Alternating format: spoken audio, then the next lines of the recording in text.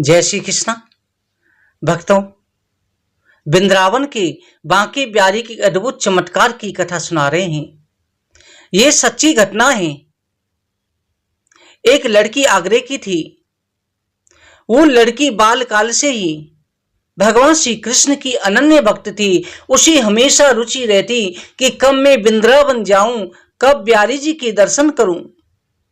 हमेशा उसके मन में यही इच्छा रहती थी। धीरे जवान हुई। जब वो जवान अवस्था को प्राप्त हुई, बांके बिहारी की कृपा से उसका विवाह वृंदावन में हो गया। वृंदावन में विवाह करके आई। बोरी में बड़ी भाग्यशालिन हूं। मैं बचपन से ही बांके बिहारी की पूजा करती हूं, इसलिए बिहारी जी ने मेरा विवाह वृंदावन में करा दिया। इस तरह से कुछ समय व्यतीत हुआ। मायके चली गई। एक दिन उसका पति मायके से ससुराल लेकर के आ रहा था। पहले समय पर गाड़ियों की सुविधा नहीं थी। पैदल चल के या बैलगाड़ी से आना पड़ता था। जमुना जी के किनारे आ गई। उसका पति कहता है कि प्रिय, आप इसी पेड़ के नीचे बैठ जाओ, मैं अभी यमुना जी में स्नान करके आ रहे हूं, और घूंघट मत उतारियो, क्योंकि गांव के बड़े बुजुर्ग यहां होकर के घूमे हैं, और कोई बात हुए, कोई परेशानी हुए तो वो आवाज दे दीजिए। अब उसका पति तो जमुना जी में स्नान करने चला गया। आज वो लड़की घूंघट में बैठी है। उसके मन में भाव आ रहा है कि देखो मैं कितनी बड़ी भाग्यशाली हूं, मेरा विवाह बांके बिहारी ने वृंदावन में कराए दियो। सोच रही है मेरा विवाह तो हो गया, परंतु मैंने ठाकुर जी से कोई रिश्ता नहीं बनाया। भगवान से कोई ना कोई रिश्ता जरूर बनाना चाहिए। बैठी बैठी मन में सोच रही है कि ठाकुर जी की उम्र क्या होगी। लगभग ठाकुर जी की उम्र वही 16 साल होगी, क्योंकि उनकी फोटो में जो देखते हैं 16 वर्ष की अवस्था है, और मेरे पति की जो आयु है वो 20 वर्ष की उम्र है। इस नाते मेरे पति से छोटे हो गए। मेरे पति ठाकुर जी के बड़े भाई हुए, और मेरे पति से छोटे हैं तो आज से वो मेरे देवर लगे। ठाकुर जी, बांके बिहारी, मैं तुम्हारी भाभी और तुम मेरे देवर। उसके मन में ये भाव आ रहा है कि कम मेरे ठाकुर जी, मेरे बांके बिहारी मुझे भाभी भाभी कहकर के पुकारेंगे। बस भाव आने की देर थी।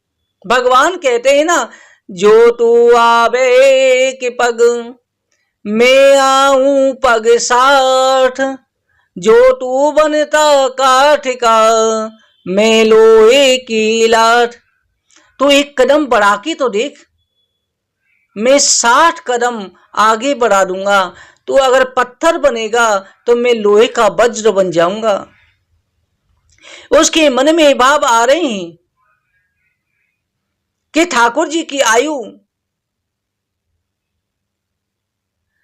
16 वर्ष की है, मेरे देवर हुए, भाभी भाभी कहेंगे। उसी समय छोटा सा बालक आया और आके कहता है भाभी भाभी। उसे एकदम अंतर से जो समाधि लगी टूट गई। उसने देखा ये कौन है जो मुझे भाभी भाभी कहकर के पुकार रहे हो। उसने कहा भाभी जरा नेक मुंह तो दिखा दे, भाभी नेक मुंह तो दिखाई दे। इतना कहकर के वो पल्लू पकड़ के घूंघट को उंगाड़ने लगियो। अब तो वह लड़की ने कस के पकड़ लियो। कहा कि कोई बड़ो बूढ़ो देख लेगो तो कहा की गो कि वाकी बहू बिना घूंघट के बैठी। अब लड़की ने पकड़ लियो, कह रहे भाभी घूंघट तो दिखाई दे, मुंह तो दिखाई दे, घूंघट हटाए दे। इतना कह के घूंघट खोलियो जबरदस्ती और मुंह देख के भाग गयो। इतने में उसका पति आ गया। बोली कि आज ऐसे हुआ, एक लड़का आयो और जबरदस्ती मेरा मुंह देख के घूंघट हटाए के मुंह देख के भाग गयो। और उसके पति को गुस्सा आया कि तू चिंता मत कर, वृंदावन ज्यादा बड़ो थोड़ी है, छोटो सो वृंदावन है, कि पहले भीड़ तो होती नहीं थी। तुझे जहां भी वो लड़का खेलते हुए नजर आ जाए मुझे बता दीजो, मैं वही हड्डी पसली एक कर दूंगा। अब पति पत्नी घर आ गए, कुछ दिन व्यतीत हुए। सास कहती है बेटा बहू को बांके बिहारी के दर्शन करावे को ले जा, अभी तक तूने दर्शन ना कराए। आज बांके बिहारी के दर्शन करवे को पति ले गए हुए, जाके कही कि तू आगे औरतन की लाइन में लग जा और मैं पीछे खड़े हूं, दर्शन कर ले आराम से। बहुत देर हो गई। उसके बाद पति आयो, बोलो अरे बाबरी यहां पर घूंघट काय को मार रखे हुए, बांके बिहारी के सामने घूंघट की काय की शर्म, घूंघट ना उठावे की तो दर्शन कैसे करेगी। अब तो उस लड़की ने घूंघट उगा दियो, बांके बिहारी की तरफ देख रही है और अचानक से चिल्लाने लगी, मिल गयो मिल गयो मिल गयो।